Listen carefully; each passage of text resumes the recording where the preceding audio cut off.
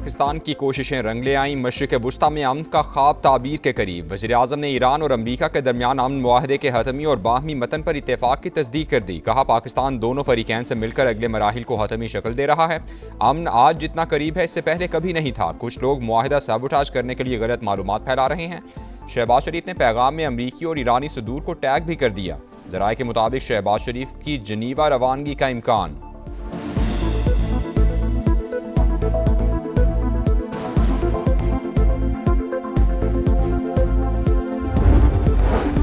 मुफाहमत की याददाश्त पर अभी दस्तखत नहीं हुए। शराइत या मतन में तब्दीलियां मुमकिन हैं। ईरानी वज़ीर ख़ारजा अब्बास अराग़ची का खिताब। कहा, अमरीकी नाकाबंदी का खात्मा और आबना होर्मुज़ को दोबारा खोलना अबूरी मुआहदे का हिस्सा है। जौहरी मसाइल पर बाद के मराहिल में बात की जाएगी। अमरीका के साथ जंग के बाद ईरान ज़्यादा मजबूत होकर उभरा है। किसी दबाव के सामने नहीं झुकेंगे। धमकियों का सिलसिला बंद होना चाहिए।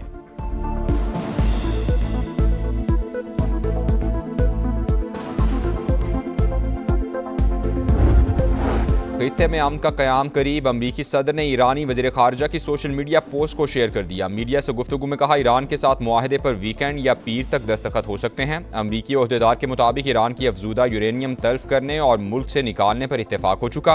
ईरान ने मुआहदे की पासदारी की तो मुआशी फ़वाइद मिलेंगे।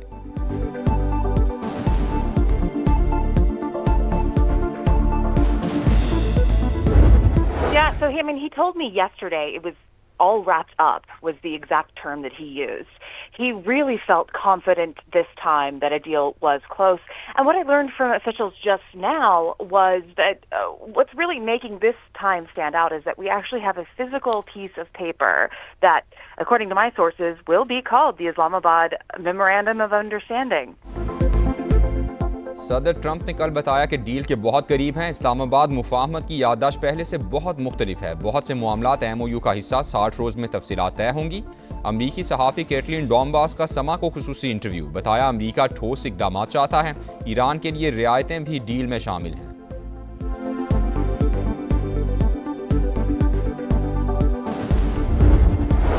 आबना होर्मुज़ के करीब सीरक और कश्म में धमाकों की आवाज़ें। ईरानी खबर एजेंसी के मुताबिक आवाज़ों का ताल्लुक मुमकिना झड़पों से हो सकता है।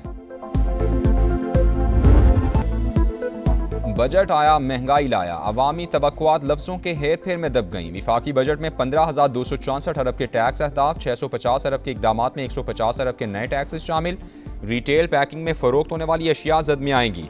ज़राई अद्वियात, जरासीम कुश मसनूआत, जैम्स और फ्रूट जूसेस, दूध और उससे बनी अशिया शामिल। घी, तेल, मिठाइयों और सॉसेज पर 18% GST लगेगा। प्लास्टिक की घरेलू अशिया, चिकन वेयर, स्टोरेज आइटम्स भी फहरिस्त का हिस्सा। बैग, सूटकेसेस और दीगर सफरी सामान भी महंगा कर दिया गया। तमाम अकसाम के जूते, बाथरूम फिटिंग्स और क्रॉकरी भी आम आदमी की पहुंच से मजीद दूर।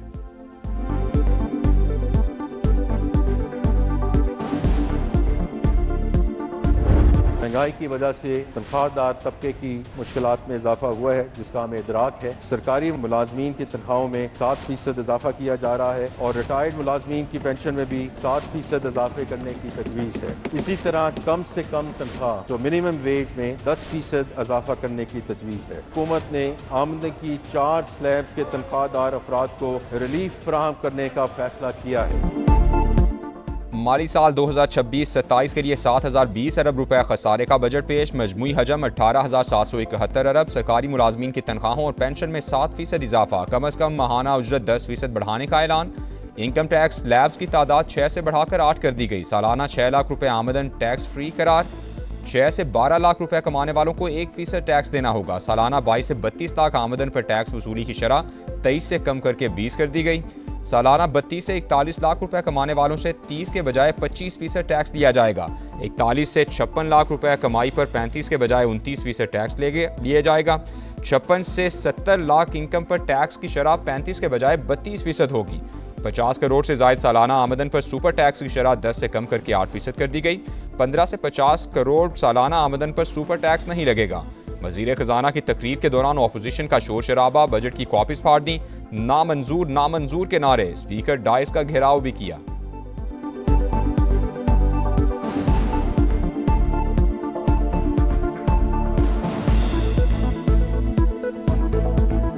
$128 अरब रुपए की अमूमी सब्सिडी मुल्क की दफा हुकूमत की अहम तरीन तरजीह है कि ज़िम्न में 3000 अरब रुपए फराम किए जाएंगे। वफाकी हुकूमत के कुल अखराजात का तखमीना 18,771 रुपए अरब है, जिसमें से 8,054 अरब रुपए माकब की अदायगी के लिए मुख्तस होंगे। अगले माली साल में BISP के लिए 838 अरब रुपए मुख्तस करने की तजवीज़ है। नए बजट में दिफा के लिए 3,000 अरब रुपए मुख्तस, कर्जों पर सूद की अदायगी पर 8,054 अरब रुपए खर्च होंगे। जारी अखराजात का तखमीना 17,495 अरब रुपए। सिविल हुकूमत के इंतजामी अखराजात के लिए 1,071 अरब। विफाकी तरक्याती बजट की मद में 1,000 अरब रखने की तजवीज़। बेनज़ीर इनकम सपोर्ट प्रोग्राम के लिए 17% इजाफे के साथ 838 अरब रुपए मुख्तस। आइंदा माली साल इक़्तिसादी तरक्की की शरह 4% रहने का इम्कान। इफ़रात ज़र की औसत शरह 8.2% मुतवक्के। बजट खसारा GDP का 3.6% और प्राइमरी सरप्लस 2% होगा।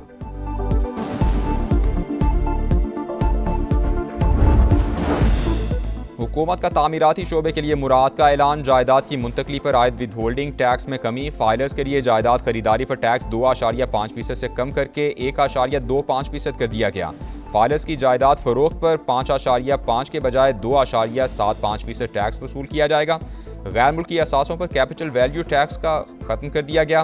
खवातीन की सेहत के लिए ज़रूरी अशिया पर भी टैक्स खत्म कर दिया गया। IT बरामदात की आमदन पर 0.25% रियायत में 3 साल की तोसी। क्रेडिट और डेबिट कार्ड की इंटरनेशनल ट्रांजैक्शंस पर विद होल्डिंग टैक्स 5% के बजाय 0.5% कर दिया गया।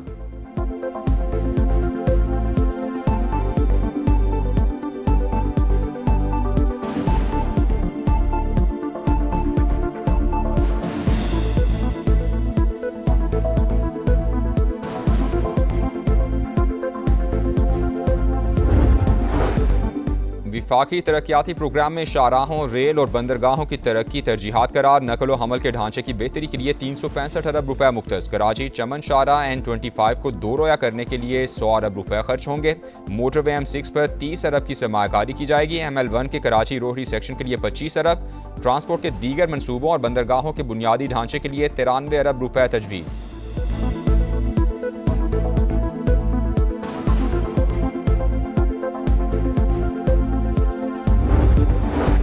विफाकी हुकूमत और चारों सूबों के दरमियान बड़े फार्मूले पर इत्तेफाक। सूबे विफाक को 1,914 अरब की ग्रांट देंगे। मुआहिदा सूबाई हुकूमतों के आइनी हुकूक मुतासिर किए बगैर तय। कौमी तकाज़ों के लिए विफाक और सूबों में वसाइल 13,350 अरब रुपए के रेवन्यू की बुनियाद पर तकसीम होंगे। अगले माली साल 15,264 अरब रुपए टैक्स रेवन्यू हासिल होगा।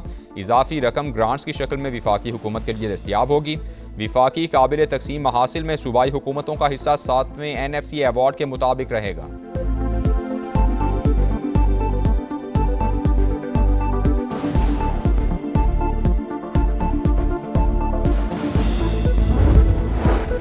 हुकूमत ने रिलीफ का बजट पेश किया। खुशहाली का वक्त शुरू हो चुका। मुआशी तरक्की के समरात आम आदमी तक पहुँचाएंगे। वज़ीर आज़म का फील्ड मार्शल, नायब वज़ीर आज़म, वज़ीर ख़जाना, मुआशी टीम और वज़ीर आला से इज़हार तशक्कुर। कौमी असम्बली इजलास से पहले काबीना इजलास से खिताब में शहबाज शरीफ ने कहा, नए माली साल में मईशत का पहिया तेज़ी से घूमेगा।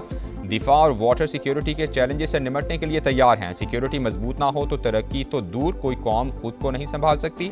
काबीना की जानिब से बजट की मंजूरी। वज़ीर आज़म ने दस्तावेज़ पर दस्तखत किए। कौमी असम्बली आमद पर वज़ीर आज़म का बिलावल भुट्टो और दीगर इत्तेहादी रहनुमाओं से मुसाफहा। ऑपोजिशन लीडर ने भी हाथ मिलाया।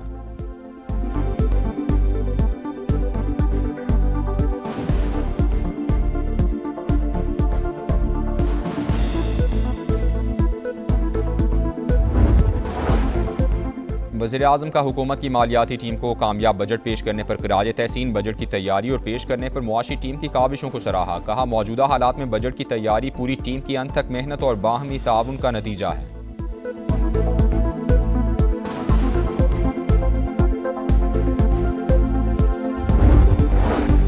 वज़ीर आज़म की पीपल्स पार्टी को गिलगित बल्तिस्तान में हुकूमत बनाने की दावत। शहबाज शरीफ ने कहा, पीपल्स पार्टी GB में अक्सरियती जमात बनकर सामने आई। नून लीग हुकूमत साजी के मामले पर उसकी हिमायत करती है। हमारे मुंतखब अरकान PP को वोट देंगे।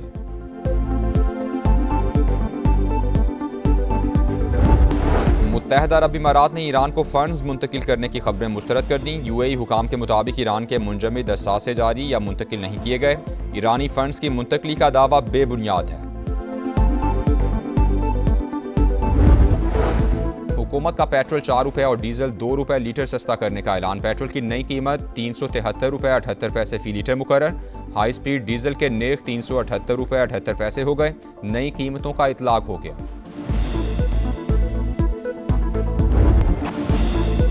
फीफा वर्ल्ड कप में मेजबान कनाडा फातिहाना आगाज करने में नाकाम। बोस्निया के खिलाफ मुकाबला 1-1 गोल से बराबर। बोस्निया के लोकेश ने 21वें मिनट में गोल करके टीम को बर्तरी दिलाई। कनाडा के काइल लारेन ने 78वें मिनट में गोल करके मैच बराबर कर दिया। दूसरा मैच मेजबान अमेरिका और पैराग्वे के दरमियान सुबह 6 बजे होगा।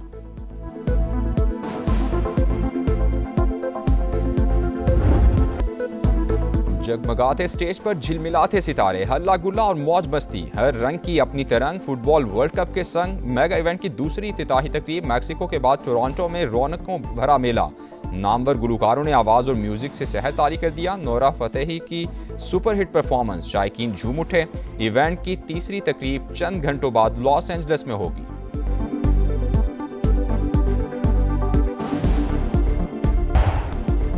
और इंग्लैंड ने women's T20 cricket world cup का आगाज। मेजबान इंग्लैंड ने श्रीलंका को 87 रन से हरा दिया। इंग्लिश टीम ने पहले खेलकर एक विकेट पर 219 रन का बड़ा टोटल बनाया। डैनी वाइट की शानदार सेंचुरी, हदफ के ताक़ुब में श्रीलंकन टीम 132 रन पर आउट। इंग्लैंड की फ्राया कैंप की एक ओवर में 3 मैच में 4 विकेटें।